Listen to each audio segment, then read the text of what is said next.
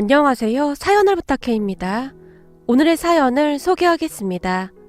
지금은 세월이 한참 흘러서 이젠 중년의 아저씨가 되었지만 저는 아직도 그때 그 시절 먹던 누룽지가 그립기만 합니다. 요즘은 세상이 참 살기 좋아져서 우리 아내가 간단하게 뚝딱하고 누룽지도 만들어내던데 저는 옛날 옛적에 우리 할머니가 해주시던 가마솥 그 누룽지 맛을 절대 잊을 수가 없습니다. 아니 무슨 누룽지를 이렇게 좋아해? 거기다 누룽지에 무슨 설탕을 그렇게 뿌려대. 참 식성을 알 수가 없어. 아내가 누룽지를 건네며 고개를 설레설레 저었어요. 그런 아내의 말에 벌써 한참 더 지난 그 시절이 떠오릅니다. 그때가 벌써 몇십 년 전의 일인데 바로 어제 일 같기만 합니다. 학교가 끝나고 터덜터덜 집으로 돌아가는 길이었습니다. 정우야! 정우야! 저 멀리서 할머니께서 뛰어오셨어요. 할머니, 왜 이렇게 뛰어와? 너 배고프지? 이 할미가 너 좋아하는 깜빡 가져왔구만. 깜빡? 그게 뭐야? 제가 어리둥절한 표정으로 할머니를 바라봤어요. 깜빡 말이야. 엊그제 네가 정신없이 먹던 거 말이야. 이 할미가 설탕 줘서 줬던 거 말이야. 아, 누룽지? 그제서야 기억이 났어요. 그래 맞다 누룽지. 이 할미가 설탕 잔뜩 쳐서 가지고 왔다. 할머니가 주변을 두리번거리다가 주머니에서 검정색 비닐봉지를 꺼내셨어요. 이걸 지금 여기서 먹으라고? 여기서? 그래, 지금 후딱 먹어. 이 할미가 네 큰엄마 몰래 가지고 왔거든? 할머니, 그러다가 큰엄마한테 혼나면 어떡해. 큰엄마 되게 무섭던데?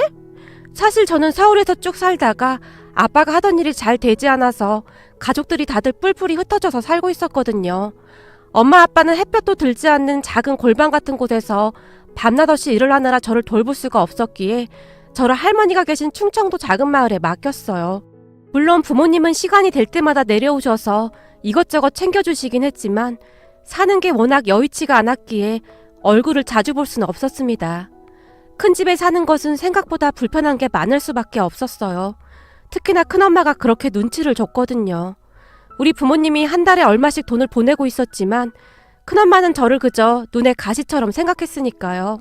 그때 당시 큰 집은 까만 가마솥에 밥을 했었습니다.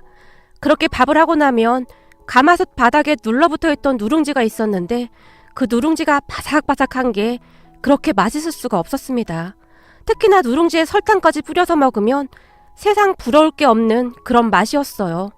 하지만 큰엄마는 밥을 하고 난 뒤 그 누룽지를 재빠르게 걷어내서 감추곤 했었는데요.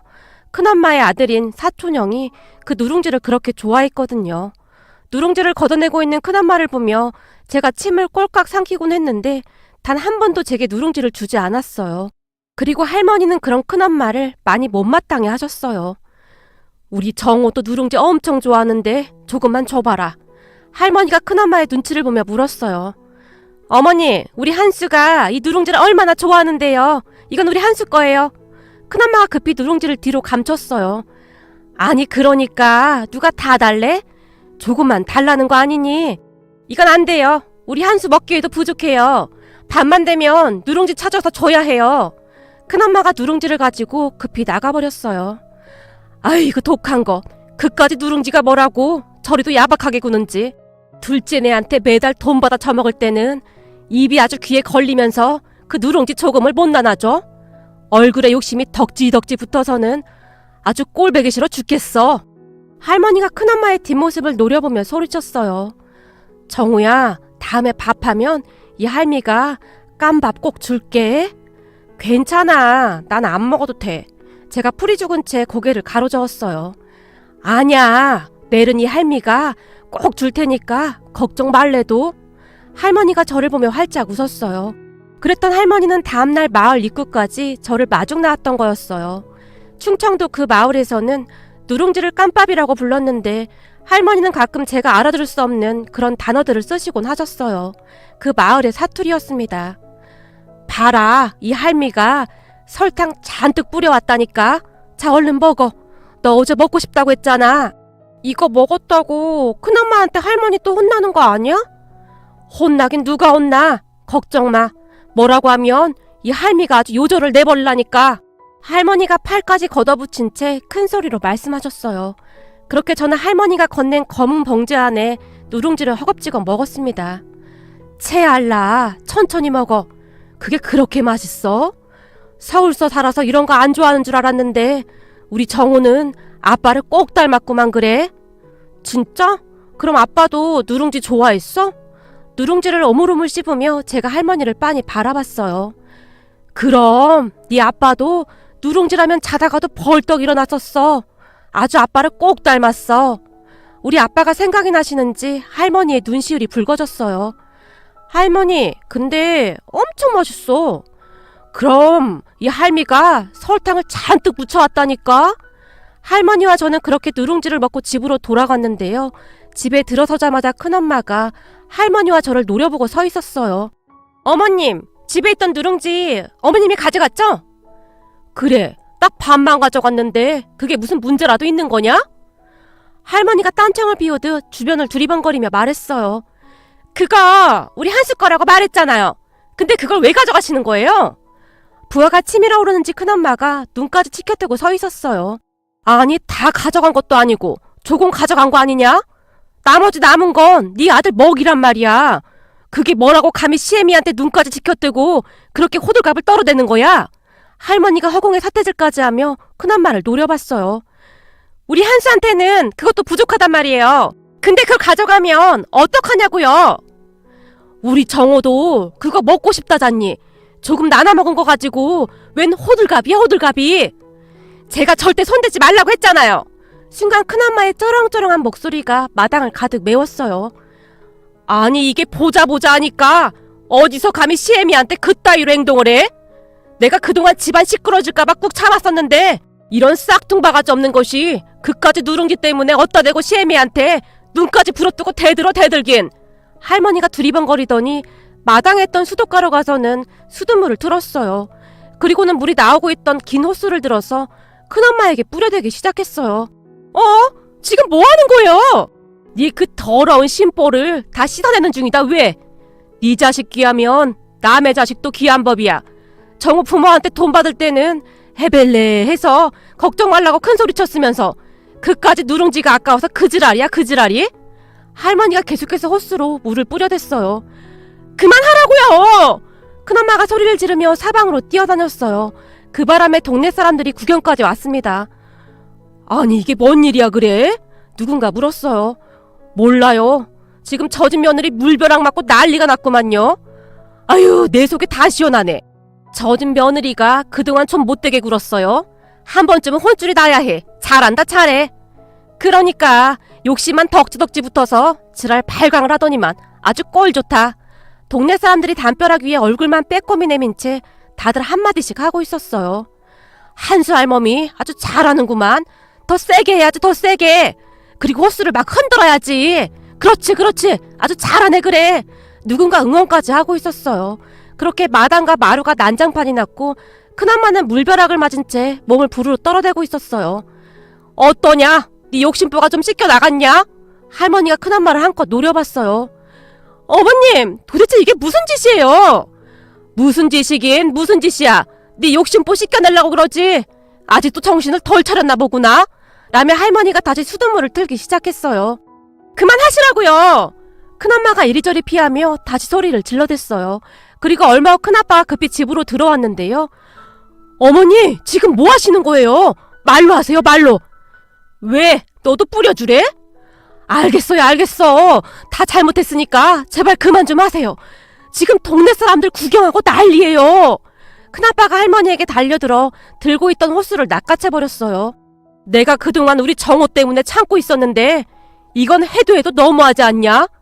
애비 너랑 내가 없을 때 우리 정호한테 심부름이란 심부름은 다 시키고 얼마나 못되게 굴었는지 알기나 해? 지금 동네에 소문이 파다해. 그리고서는 우리 앞에서는 아주 잘하는 척 그러지 않았냐? 애미 너는 내가 모르는 줄 알았지? 아무리 감추려고 해봐라. 애미 네 시커먼 속이 감춰지나? 그동안 네 처가 정호한테 어떻게 했는지 동네 사람들한테 한번 다 물어봐. 인간이라면 그렇게 못한다. 네? 그게 무슨 말씀이세요? 그러니까 우리 집사람이 정호한테 그랬단 말입니까? 한수 엄마 당신이 말해봐. 지금 이 말이 다 참말이야? 그 순간 큰아빠의 눈에 분노가 가득해 보였어요. 아니, 그게 정말 잘못했어요. 저도 처음에는 안 그랬는데 이래저래 짜증이 나다 보니 그랬어요. 잘못했어요. 큰엄마가 고개를 푹 숙인 채 울먹였어요. 너도 자식 키우는 사람이 어쩌면 그럴 수가 있느냔 말이야. 그러다 천벌 받는 거야. 내가 오죽했으면 이러겠냐? 할머니께서 큰엄마를 다시 노려보셨어요. 집안 꼴 아주 잘 돌아간다. 세상에나 큰엄마란 사람이 아주 잘하는 짓이다. 큰아빠가 큰엄마를 노려봤어요. 니들 내 말 잘 들어. 이 집이 누구 거냐? 할머니가 큰아빠 부부를 둘러보았어요. 그야 어머니 명의잖아요. 근데 그걸 왜 물어요? 그래, 이 집은 내 거니까 니들이 나가줘야겠다. 그리고 너 농사짓는 땅도 내 거니까 그것도 돌려주고 나가거라. 니들이 나를 모시고 사는 거라고 생각하고 있나 본데 따지고 보면 니들이 얹혀 사는 거 아니겠니? 그러니까 나가거라. 그까지 누룽지 하나 제대로 못 먹게 하는 니 처랑은 절대 같이 못 산다. 어머니, 그게 무슨 말이에요? 그리고 누룽지는 또 뭔 말이에요? 큰아빠가 당황한 듯 어쩔 줄을 몰라 했어요. 그걸 왜 나한테 묻고 난리야? 누룽지에 미쳐서 날뛰는 니 처한테 물어봐. 다 필요 없어. 오늘 당장 짐 싸서 둘 다 나가. 할머니의 목소리가 카랑카랑하게 울려나왔어요. 아이고, 이게 다 뭔 난리야? 그렇게 서 있지만 말고 당신이 말 좀 해봐. 큰아빠가 놀라서 이미 혼이 반쯤 나간 큰엄마의 팔을 잡아당겼어요. 어머님, 제가 잘못했어요. 다시는 안 그럴게요. 다 필요 없다. 당장 짐 싸서 나가. 나는 이 집에서 우리 정호가 좋아하는 누룽지 실컷 먹으면서 살아야겠으니까. 어머님, 제가 잘못했어요. 다시는 안 그럴게요. 혼비백산한 큰엄마가 물로 질퍽해진 땅바닥에 무릎까지 꿇었어요. 내가 그동안은 그냥 참고 또 참았어. 근데 계속 참기만 하니까 하루 강아지 범 무서운 줄 모르고 기어오르더구나. 그러니까 사람이 잘해줄 때 눈치껏 잘해야 할 거 아니야. 어머니, 다 내 잘못이구만요. 큰아빠가 고개를 푹 숙인 채 눈물을 뚝뚝 흘리셨어요. 내가 잘못했어요. 한 번만 용서해주세요. 큰엄마의 얼굴도 이미 눈물 범벅이었어요. 그런데 그 순간 담벼락에 기대어 얼굴을 내밀고 있던 동네 분들이 한수 할멈이 이겼구만. 순딩순딩한 줄 알았더니 화가 나니까 아주 호랭이구만, 호랭이. 환호성을 질렀어요. 할머니, 난 괜찮으니까 그만해. 큰엄마가 가끔 나한테 과자도 사주고 그랬어. 큰엄마도 힘들어서 그랬던 거야. 그러니까 큰엄마한테 너무 뭐라고 하지 마. 제가 할머니의 팔을 잡고 흔들어댔어요. 제 기억 속에 그때의 기억이 또렷하게 남아있는데요. 아마도 눈칫밥을 먹고 살았던지라 큰집 가족들에게 항상 미안했던 것 같아요. 정우야, 이게 다 큰아빠 잘못이야. 큰아빠가 잘 챙겼어야 했는데 정말 미안하구나. 큰아빠가 땅바닥에 주저앉아 통곡을 하셨어요. 큰아빠, 난 진짜 괜찮아. 그러니까 울지 마. 그렇게 우리 모두는 눈물콧물 다 흘리면서 한동안 다 같이 목 놓아 울었습니다. 그날 밤 잠을 자기 위해 할머니 옆에 누웠는데요. 정우야, 네 큰엄마가 욕심이 많아서 가끔 그러긴 하지만 그래도 널 돌봐주고 있는 건 맞으니까 너무 미워는 하지 마. 알았지? 응, 알겠어. 근데 아까 할머니 완전 멋졌어. 호스로 막 물벼락 날리는 거 진짜 멋졌어. 예끼 이 녀석아, 멋질 것도 많다. 할머니가 제 머리를 쓰다듬어 주셨어요. 그 뒤부터 제 생활도 아주 좋아졌는데요. 큰엄마가 다시는 눈치를 주지 않았거든요. 사실 큰엄마에게 서운한 부분이 전혀 없을 수는 없었겠지만 할머니 말씀처럼 감사한 마음도 많았어요. 남의 자식 거두는 일이 절대 쉬운 일은 아니었을 테니까요. 그렇게 몇 년 뒤 우리 부모님의 자리가 잡혔고 저는 다시 서울로 올라왔습니다. 그런데 서울로 올라오고 한동안은 우리 할머니가 설탕 잔뜩 묻혀서 주시던 누룽지가 눈에 밟힐 정도였어요. 그런 할머니 덕분에 저는 잘 컸고 나름 부족함 없이 지금도 잘 살고 있습니다. 우리 할머니께서는 지금 90이 넘으셨는데 아주 정정하시답니다. 요즘은 시골에서 몇 달 지내시다가 또 몇 달은 우리 서울집에 올라와 계시는데요. 서울 생활이 지겨워질만 하면 다시 고향으로 내려가신답니다. 식사도 잘 드시고 그렇게 건강하실 수가 없습니다. 어렵던 시절 할머니께서 많이 도와주셨던지라 엄마나 할머니께 항상 감사한 마음으로 사세요. 그래서 그런지 엄마는 할머니를 모시고 이곳저곳 구경도 다니시고 맛있는 음식도 많이 사드리고 있으세요. 우리 어머님 아니었다면 그때 그 힘든 시절 못 견뎠을 거예요. 이래서 자식은 평생을 살아도 부모 마음을 못 헤아린다고 하나 봐요. 어머님, 건강하게 오래오래 사셔야 해요. 세상이 참 좋아져서 갈 데도 많아졌고 맛있는 것도 많아졌잖아요. 오랫동안 다 누리셔야죠. 아셨죠? 엄마가 생선가시를 발라서 할머니 밥그릇 위에 올려드리며 조용히 눈물을 훔치셨어요. 그 모습을 보고 있는데 저도 모르게 눈시울이 붉어졌습니다. 그때 그 시절 아들 며느리가 손자를 맡기고 돌아섰을 때 우리 할머니의 마음은 얼마나 쓰리고 아프셨을까요? 하지만 아들 며느리 앞에서 어떠한 내색도 하지 않은 채 괜찮다. 아직 젊은데 뭐가 걱정이야. 그러니까 어깨 펴라. 라며 할머니께서 엄마 손에 금반지랑 이것저것을 꼭 쥐어주셨다고 하네요. 그때 그 금부치가 얼마나 꼭꼭 쌓여있던지 그걸 받고 서울로 올라오는 내내 눈물이 멈추질 않더구나. 엄마는 틈만 나면 제게 그때 이야기를 하시곤 하셨어요. 그 뒤 다행히 부모님은 다시 재기를 하셨고 힘들 때 항상 뒤에서 든든하게 지켜주시던 할머니께 항상 감사한 마음으로 살고 계신답니다. 앞으로도 우리 할머니께서 건강히 오래오래 사셨으면 좋겠습니다. 오늘의 사연은 여기까지였습니다. 즐겁게 보셨다면 구독, 좋아요 부탁드립니다. 고맙습니다.